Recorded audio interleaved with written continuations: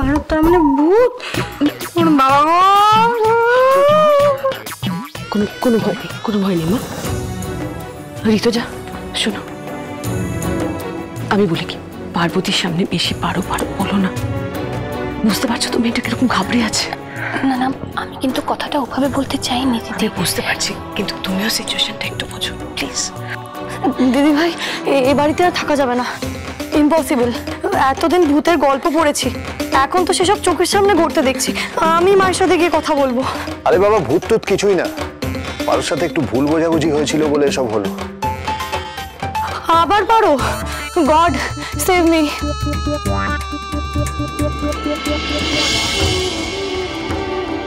কি হয়েছে তোর বলতো? তোকে এত বলছি তবু তুই বুঝতে পারছিস না?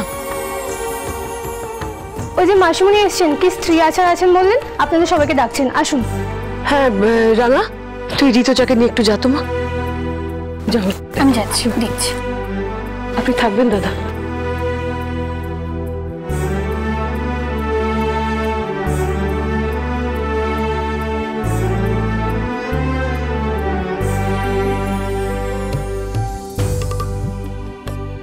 পার্বতী, খুব ভয় পেয়ে গেছিলে তাই না?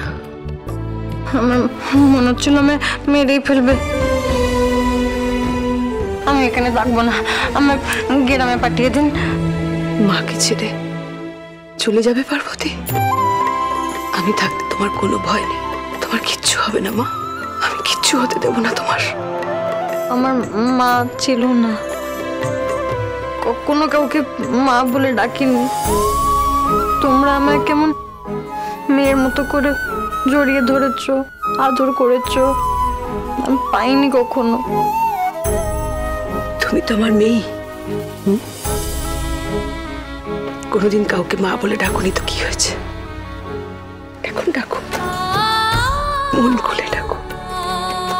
ডাকবো? যদি পরে আমায় ছেড়ে চলে যান? কোনোদিন না, কোনোদিন তোমাকে ছেড়ে আমি কোথাও যাব না মা, তোমাকে এমনি করে আগলে রাখবো।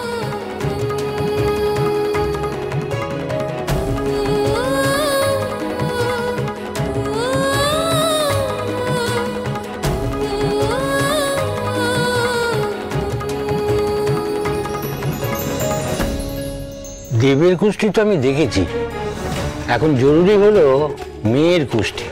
সেটা যতক্ষণ না পাওয়া যাচ্ছে ততক্ষণ বলা যাবে না যে বিয়েটা মঙ্গলের না অমঙ্গলের। না না, আপনি ধরে নিন পার্বতীর কুষ্টি পাওয়া যাবে না, তাহলে কি মানে অন্য কোনো ভাবে জানার উপায় আছে? তুমি আশেপাশে থাকলে সোম থেকে রবি প্রতিদিন রাত ৮টায় স্টার জলসায়।